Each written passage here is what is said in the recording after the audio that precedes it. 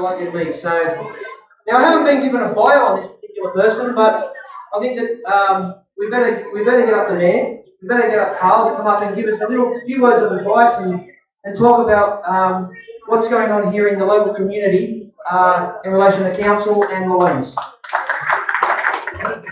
Thank you, John. And thank you everyone for being with us for this recharge dinner. Can I begin by acknowledging the traditional owners of the land upon which we meet and pay respects to others past, present and emerging. I've been asked to say a few words, and I think it's appropriate that we are here tonight.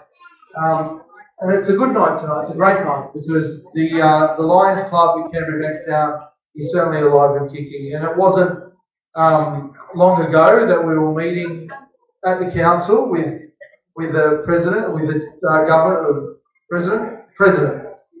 So I'll the governor. Sorry, I've been watching too much American politics there. With the midterm elections, but with the president and with Graham as well, to talk about how we could keep the Lions Club alive in Bankstown. And some of the ideas that we discussed have occurred, and that's great, and that's why we're here tonight, because we're recharging the important work that the Lions do in our city, and it was discussed at that meeting how we could help. And we could help by getting involved in community, we could help in promotion of the important work Lions do across the city. Now, I've been a Lion for nearly 20 years, and I'm a Greenacre Lion, and that club is still around. But again, the members have sort of reduced so much. And I remember coming to a Bankstown Lions dinner many moons ago, and I can tell you the number of people at that dinner probably was one table. And you can see tonight we've got a number of tables here with a number of people that have come from across Sydney in support of the important work that Lions do. So I'm really proud and humbled that as the mayor of the city, I get to see the work the Lions do all across the city. But now to have a Canterbury Bankstown Lions club and to have members and a growing membership, to be out there to service. And I think that's the important word here, servicing our community, because we are all doing it tough. We're doing it tough with the conditions of the economic conditions that we're in. We're doing it tough with the cost of living. We're doing it tough with all those in our community that are just surviving and not falling through the cracks. Surviving to put food on the table, struggling to put petrol in the car, not sure if they're going to get another shift at work. All these things are very serious and very important things. And I was speaking to Captain Frank Wang this morning at the Remembrance service, and we were talking about that he's from the Salvation Army here at Bankstown, and they know that the next couple of months they're going to be at their busiest because they need to feed people in this Christmas period, in the lead up to Christmas.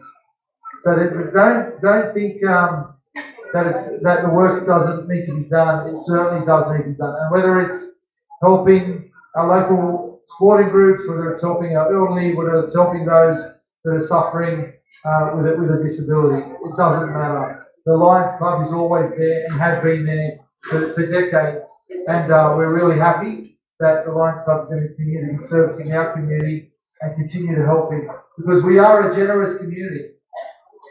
No matter when there's a natural disaster, whether it's bushfires, whether it was through COVID, whether it was the floods recently, we've always put our hands in our pocket to donate generously to other communities. And we continue to do that no matter how tough we're doing it here at home. So I think it's really great that we have such strong stewardship of this Lions Club, that our zone director Graham, really believed that there was a need for this club not to wither away. And it is true that that when something is old, it's always new again, and that's what I think tonight's all about. It was old, but now it's new, and it's in a new form with new people, with a real commitment to making sure that our community is serviced by the Lions Club. And I think it's important that we all get out there and do our bit by making sure that if there's anyone that's interested, that can service, that can spend a couple of hours to come to meetings and to come to our community and help, then get out there and recruit them.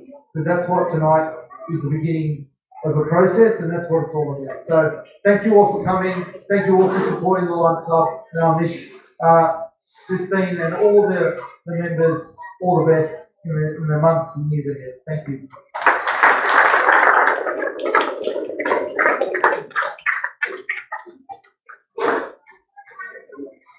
And you know you had 20 minutes, Carl. We're just going to put you in some blonde hair, you'll be fine, don't worry. No, thank you for those words. It's really, really nice when we have our mayor from our local community come along and deliver a speech with such passion about community, service and the needs that the community has. And when we bring the members up later on to say hello to everybody, you'll see just how diverse this bunch is, just like this community. Very, very diverse, very eclectic. One of the other guests we have in the room tonight is our stadium theme, and that's in the Vaults. Sorry, no, not in the Vaults, sorry, Wind Tuesday, sorry. Well, the other side. But I'd like to invite her up to say a few words and address us, please, too. Outside.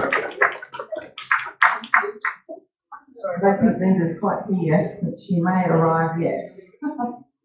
Well, good evening, everybody. It's nice to see you all. Sorry.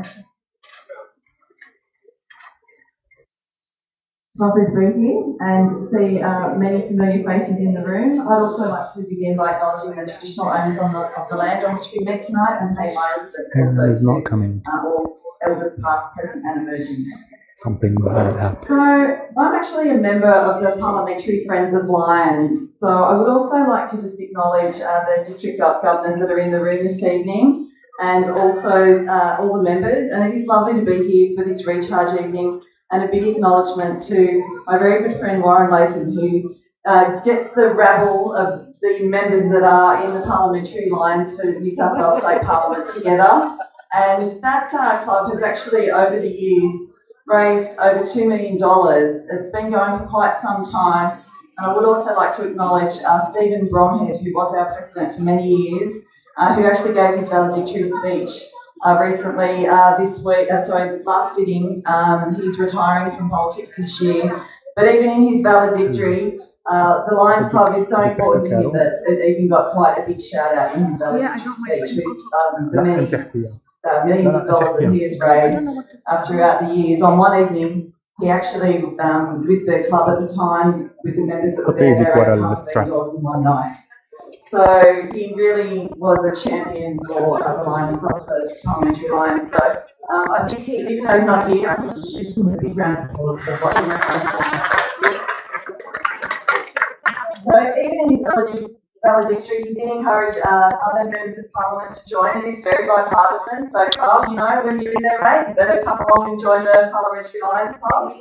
We do even We've had a last minute snack. as well to raise money. Aaron, Dinners we get for us to be part of being a member of the Lions Club. That's disappointing. Very. Of course, events like this don't go ahead without sponsors, so thank you to everyone that would you like me to talk hand about? up the sponsors this evening, because it's obviously a very important part of having events like this. I was actually at the changeovers now for Let me just have a little think about it.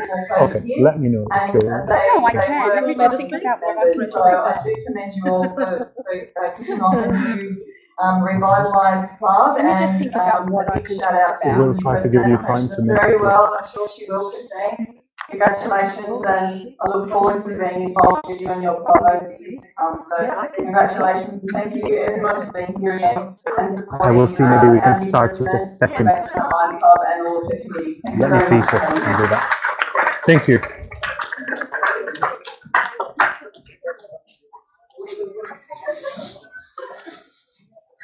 Thanks, Wendy. It's always nice again to have some state members to come along and look at what we do in our clubs and our community. We were going to have Erin tonight, and Erin unfortunately can't make it. She's had something come up, so we're going to press on with the program. But we've heard some speeches, and you know, sometimes these things become a little bit mundane. Before I go on to the next thing, if you need food, more than happy for you to go out, grab some food, come back in and drink, whatever. We are going to have a full break a little bit later on, but if you want to keep eating, you're more than welcome to. It is a buffet, so cool. It's fantastic. I want to share a joke with you. Break it up. Has anyone heard the one about the husband store? Yeah, we heard it. You have.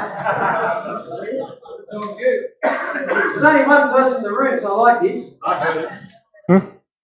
I share this with you because I found it quite funny. A brand new store has just opened in New York City that sells husbands.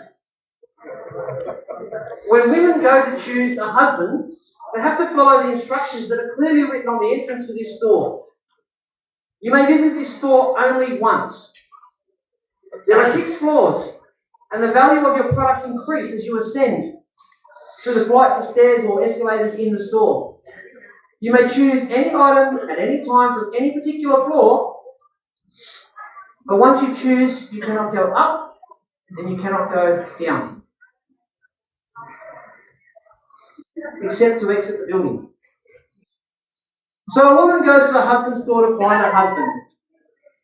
The first floor sign on the door says, Floor 1, these men have jobs. Pretty good. Inquisitive, I'll keep going up. She goes to the second floor, and the second floor sign reads, these men have jobs and love kids. And she thought, wow, this is getting better. This is getting better. But still inquisitive, she goes higher into the store. And on the third floor, the sign reads, these men have jobs, love kids, and are extremely good looking. Wow, she thinks, compelled. I must keep going higher. She gets to the fourth floor, and the sign reads, these men have jobs, love kids, are drop dead gorgeous, and help with the housework. Sounds perfect, doesn't it? She said, mercy me, I can't stand this, but I'm going to go higher. She goes to the fifth floor. The fifth floor reads, these men have jobs, love kids, are drop dead gorgeous, help with the housework, and have a strong romantic streak.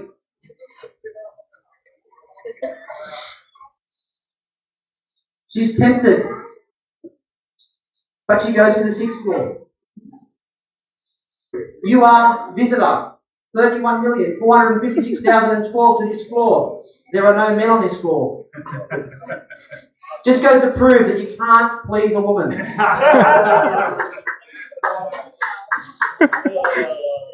I can see some smiles around the room. It's good. It worked. It worked. And John wanted to tell the other half of the joke. The wide shot. It's only got one floor on. Yeah, that's right. Tell it. Look, I'd like to now invite someone up who's very special to our organisation.